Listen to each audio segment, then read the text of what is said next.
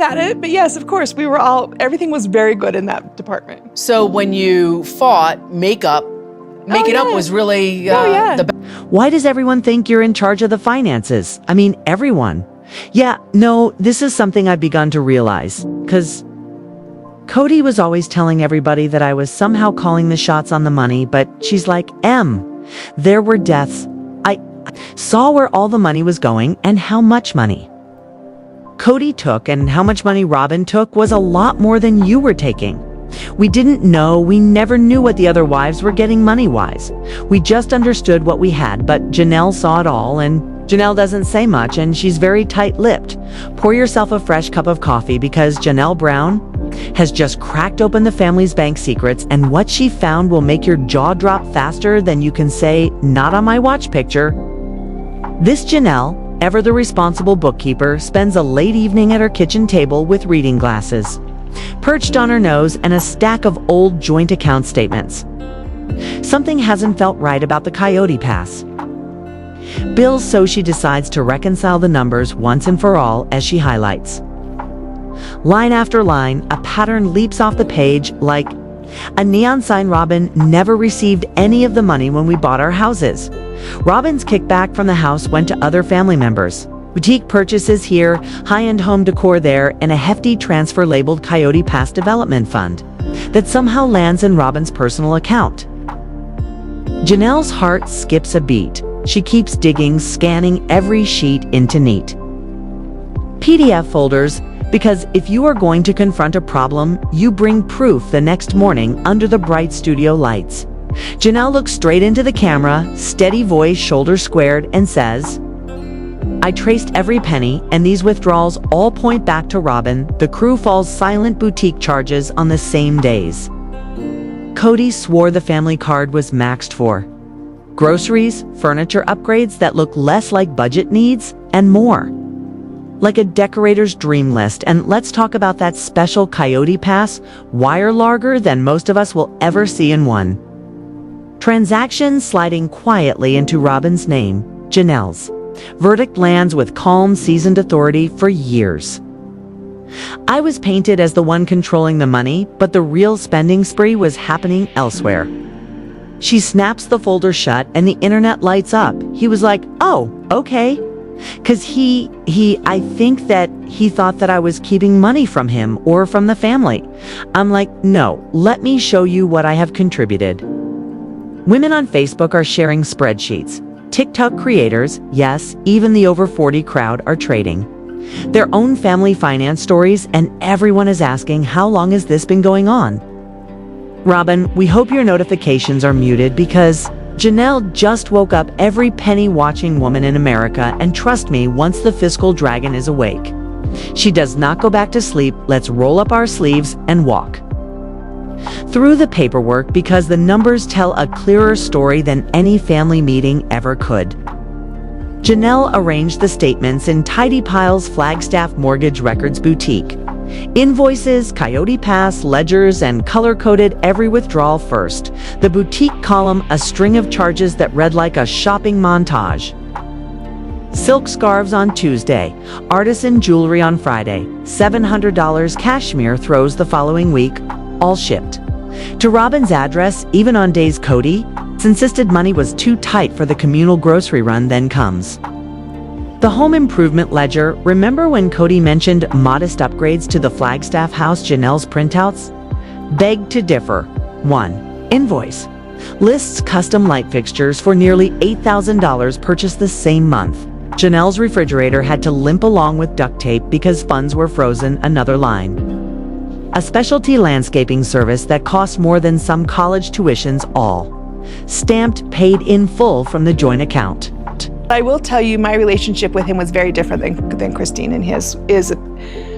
I never knew till later on that they were really struggling, but he and I never had.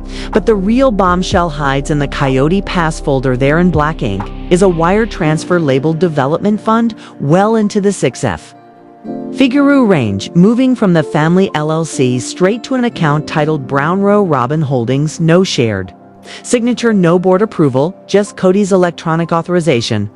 I was leaving Cody and there was no way I wanted to be tied to him in any way, shape, or form, and I did not like to deal with him at all on anything, and especially on finances. No. Thank you, Janelle circled it in red, scribbling in the margin, transfer never disclosed. Why she flagged similar transfers smaller, but steady like breadcrumb trails leading to the same destination. To be thorough, Janelle cross-checked the dates with. Family calendar notes, boutique splurge, same weekend. Cody claimed he was coaching the boys on a budget landscaping invoice. Coincided with Robyn's social media post about recharging at home when you line up the logs. The pattern is undeniable. Household sacrifices went up precisely when Robyn's wishlist spending did, holding these folders on camera. Janelle didn't raise her voice. She let the pages speak. This is not rumor. This is record. We all tightened our belts while someone else ordered a bigger belt buckle, and every woman who's ever balanced a checkbook, while someone emptied it, felt that truth in her bones. Hop in the time machine for a moment, because to understand Janelle's outrage, we have to revisit the day she proudly accepted the role of family bookkeeper. Picture it, a modest living room, meeting kids, buzzing around with homework, and Janelle, legal pad in hand, volunteering to manage the household budget. Cody beamed. Robyn nodded sweetly, and the other wives exhaled in relief. Janelle's knack for spreadsheets felt like a lifesaver at the time she tracked every utility bill, tucked away emergency savings, and taught the teens the difference between debit and credit. For years, that system ran smoother than grandma's sewing machine. Then little things started nagging at her intuition. A credit card alert for a boutique purchase she did not recognize.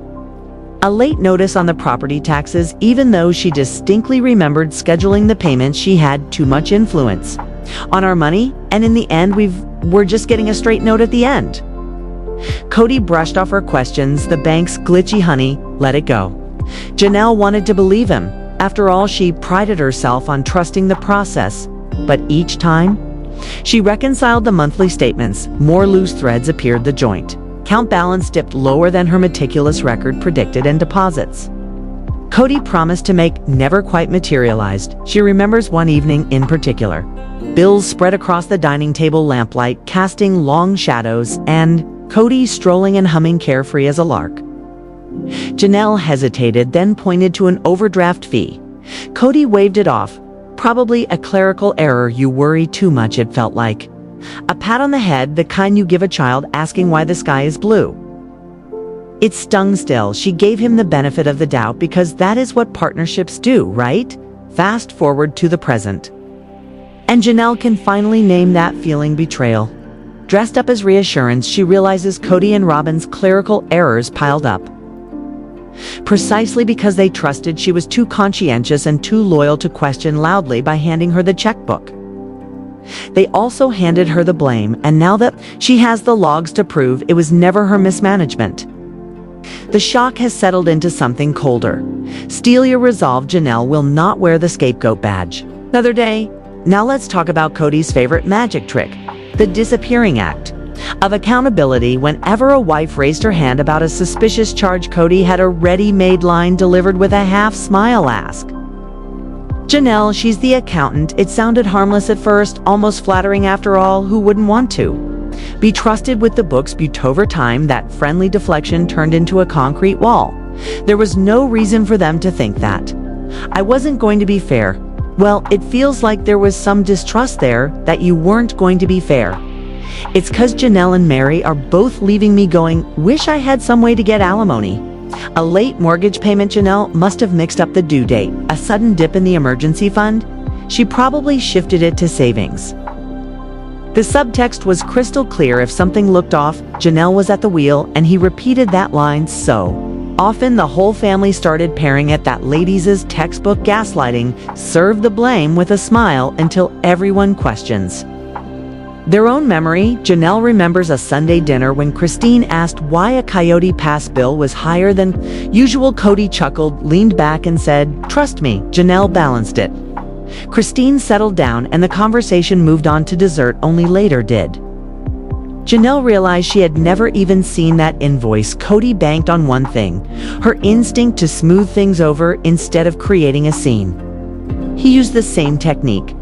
In public, when fans asked on social media why the family finances seemed murky, Cody would post videos praising Janelle's sharp financial mind. It sounded like a compliment, but it quietly pinned any future fallout on her shoulders if an audit ever came knocking. Cody could shrug and point to months of footage saying, "See, I trusted her." Meanwhile, Robyn was apparently enjoying a new set of patio furniture. The brilliance, if we can call it that, rested on repetition. Say it often enough, and even the person being blamed might accept it as truth. For a while, Janelle did. She'd lie, awake at night, replaying every receipt in her head, wondering if she had indeed missed something, now holding those bank logs. She finally sees the spin for what it was. Cody's smokeock screen to keep all eyes off the real money trail, and once you spot the trick behind the curtain, that magician's power evaporates. And if the land isn't getting paid off, and if Cody can't come up with a paper trail, if a wife were to ask for an accounting of where their money was going, I mean, that would all be Janelle's fault. The moment Janelle shared her findings, Christine's eyes narrowed with instant recognition. She'd seen this play before, just acted out on a different stage. Back when Cody decided she was too emotional, he weaponized her deepest fear, not being wanted, if Christine questioned his decisions. The affection disappeared overnight.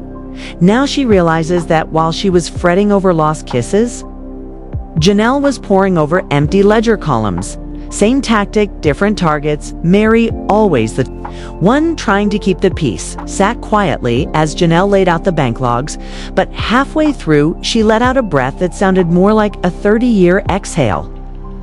"The property lots," she murmured. "Remember when Cody insisted her Coyote Pass parcel needed to be downsized for tax reasons? At the time, it felt like another bump in their rocky road. Seeing Janelle's transfers in black ink, Mary suddenly wonders if that tax adjustment was just another shell game. Slide some land value here, pad the personal fund there, and blame the math on anyone but himself. The three women trade stories like puzzle pieces on a kitchen table. Christine's intimacy, bait and switch. Mary's shrinking lot size. Janelle's phantom boutique bills patterns emerge so fast it's dizzying. Each hurt centers on what matters most to the victim: affection for Christine, security for Mary, financial integrity for Janelle, and each wound conveniently shields Cody and Robyn from scrutiny while elevating their comfort.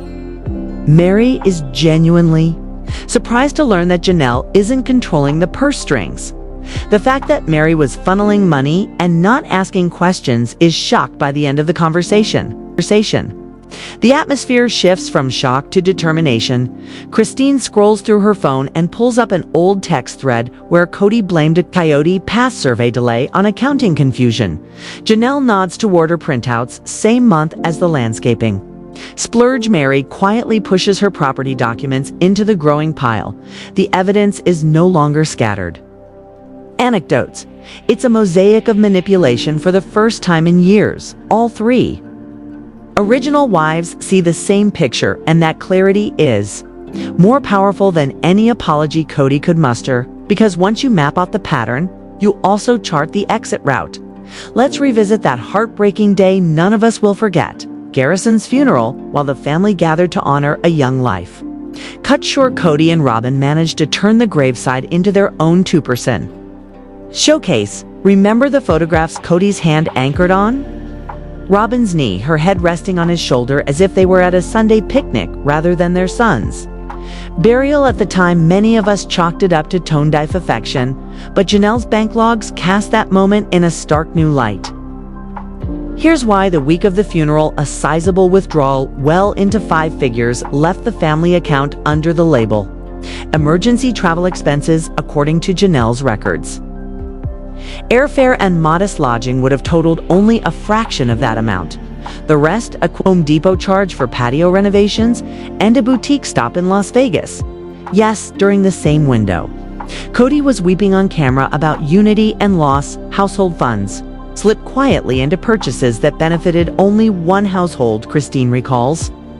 Standing a few rows back, holding Mary's trembling hand while Cody fussed over Robyn's coat in the chilly wind. Now she wonders if that dramatic display served a dual-purpose draw. every eye to their grieving embrace while distracting from questions. No one yet knew to ask about missing money. There's a bias, and I don't want to do that anymore. All I can think is that it's somehow driven by his ego in some regards, especially coming from the culture that we come from. He's a failure to have lost all his marriages. Janelle nods, remembering how Cody brushed off her logistics emails that week 2, busy, he said, with funeral preparations. Apparently, preparations included a deluxe floral order charged to the joint card and delivered. Exclusively to Robyn's home, Mary-voiced soft but steady points out the cruel irony Garrison's passing. Could have drawn the family together, yet Cody's choices widened the rift money that might have gone toward a scholarship in Garrison's name. Instead, bought designer throw pillows, public affection masked private withdrawals for the wives. That realization twists the knife deeper. A moment meant for shared mourning became another chapter in the manipulation. Playbook, emotional theater up front, financial sleight of hand backstage, and for viewers who once felt uneasy watching those funeral clips, GlowGossips finally explain why our instincts rang alarm bells that day, the moment Janelle's bank log revelation hit the internet. The sister wives community turned into a full-blown detective squad, complete with reading glasses, coffee refills, and color-coded sticky notes on Facebook. Seasoned moms and quilting groups paused their patchwork projects to post city-beside screenshots of boutique invoices and Flagstaff decor hauls. Ladies, does this lamp look like it belongs in a budget-crunched home? One woman asked, replies stacked up faster than a holiday cookie exchange. That is a $400 Tiffany replica. I have the catalog. Meanwhile, on TikTok, Gen X creators dusted off ring lights to share stitch-by-stitch breakdowns of Janelle's PDFs. One popular clip shows a former bookkeeper, hair in a sensible bun, annotating every transfer with digital highlighters. See this line. "Development fund my foot," she says, tapping the screen like she's scolding a teenager. The video racks up tens of thousands of likes before lunchtime, proving that spreadsheet drama can in fact go viral. Reddit's Sister Wives forum becomes a hive of amateur forensic accountants. Users cross-reference county land filings, screenshot jewelry listings identical to Robyn's latest Instagram selfie, and tally grocery bill discrepancies with a precision that would make the IRS blush. It was like Janelle's mom told me, "Hey, you better cool this." We might have gotten to some bad places as a family, because I always envy those families that could actually do the PDA one thread titled "Who Paid for the Cashmere Throw?" It's 500 comments in 2 hours, half speculation, half crowdsourced. Math tutoring, even YouTube reacts. Longtime recap channels invite certified public accountants to explain how a family LLC can morph into a personal piggy bank if no one audits the books. What makes this frenzy different from past internet storms? Is the demographic powering it? These are women who balance household budgets, negotiate mortgage rates, and know the exact price of butter at 3 different stores. They are not here for rumor, they are here for receipts. The hashtag Banklog Gate trends on Twitter, but it is the private Facebook chats, the group texts, and the PTA hallway whispers that carry the real momentum. Because when women of a certain age smell financial funny business, they do not just tweet, they gather facts. Call lawyers and label folders. Robyn may have muted her notifications, but the National Sisterhood just turned on the porch light and pulled out the calculator. And if Cody thought this storm would blow over, he clearly underestimated the power of grown women armed with spreadsheets and a righteous sense of fairness. Let's set down the gossip teacup for a minute and pick up something sturdier. Call it our financial self-defense mug. Because what Janelle uncovered isn't just bad bookkeeping, it's a textbook case of financial abuse, and it shows up in more households than we'd like to admit. Here's the pattern in plain English. Step 1. Isolate the family funds in the Browns world. That meant a joint LLC and one pot of money everyone trusted. Step 2. Appoint a fall gal, Janelle, the diligent budget keeper. Step 3. Siphon cash toward a favored corner. Hello, Robyn's boutique, while deflecting every question with a smile and a talk to Janelle, she's in charge. Step 4, when bills start bouncing, blame the fall gal who is too loyal and too exhausted to demand an audit. Was it uncomfortable when he would be demonstrative and show some PDA?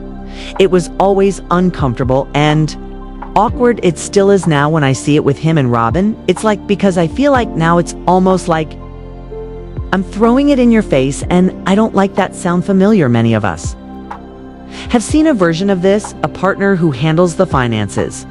Yet new charges keep popping up like mushrooms after rain. The pop site term for this is coercive. Control through money. Narcissistic types love it because dollars equal freedom. And if they hold the purse strings, they hold your options. It starts subtly: I'll pay the bills. You hate math. Then the debit card accidentally declines at the grocery checkout, and somehow you're apologizing by the time you notice the pattern. Your name isn't even on the utility account. Red flag checklist. See if any ring a bell. Mystery withdrawals labeled miscellaneous. One partner insisting the other is bad with money, despite evidence to the contrary. Big purchases for the family that benefit only one person. Guilt trips whenever you ask for a full statement. Don't you trust me? If 2 or 3 boxes light up, it's time for a serious talk or a serious exit plan. Remember, asking for transparency is not nagging. It is financial literacy, and it can save your retirement, your credit score, and your peace of mind. So kudos to Janelle for shining a floodlight on the ledger. Her courage is a reminder that grown women do not need permission to read their own bank statements, and that a little audit can go a long, long way now that the math is out of the shadows. The original 3 wives are moving from weight. What to watch? This Janelle's first order of business, a full-blown forensic audit. She has already phoned a tax attorney who eats LLC entanglements for breakfast and a penny-pinching CPA who once found $40,000 hidden in a church bake sale fund. Their marching order strays. Every dime from the first Coyote Pass payment to the last boutique splurge, if an accountant so much as rounded up on a receipt. Janelle wants it highlighted in neon. Christine, never one to let good drama go to waste, is gathering her own paperwork for what friends jokingly call Operation Coyote Truth. She is consulting a real estate lawyer about partitioning the land just in case a court decides certain parcels were misallocated. Picture Christine on the witness stand, manicured finger tapping a survey map, saying that acre paid for with my cookbook royalties. Thank you very much, Mary. Quiet. But Fears has contacted an estate planning firm to review every trust, deed, and will. Her angle is simple. If any family funds propped up Robyn's Flagstaff dream palace, the ledger owes Mary interest. A friend close to her says she is also considering a civil claim for misrepresentation. Because when you sign property papers in good faith and later discover creative bookkeeping, judges tend to raise eyebrows behind the scenes. The women have set up a shared cloud folder, password protected, wall-to-wall PDFs. They meet on Sunday evenings for what Janelle calls receipts and refreshments. No men, no cameras, just 3 women and a growing stack of evidence. 1 sip of herbal tea, 1 click of the scanner, every line item they verify tightens the net a little more around Cody and Robyn's version of events. The message is clear. If Cody thinks the financial blame game ends with finger pointing, he's about to learn what accountability looks like when seasoned women take charge of their own checkbooks. So here we stand. Bank logs, exposed audits pending, and 3 determined women rewriting the family balance sheet. Will Robyn face a tax season hotter than an Arizona July? Could a judge order the Flagstaff home appraised and the boutique inventory liquidated? And if the courts dig deep enough, might Cody's entire pot philosophy crumble like week-old cornbread? Tell me, do you think Janelle's audit will uncover even bigger surprises? Or will Cody find yet another way to spin the numbers? Which legal move has you cheering the loudest? Christine's land partition, Mary's misrepresentation claim, or Janelle's forensic deep dive? Jump into the comments with your thoughts while you are there. Tap like, hit subscribe, and keep Those notifications on a fresh video is already queued up, and something tells me the next round of receipts will be even juicier than the last.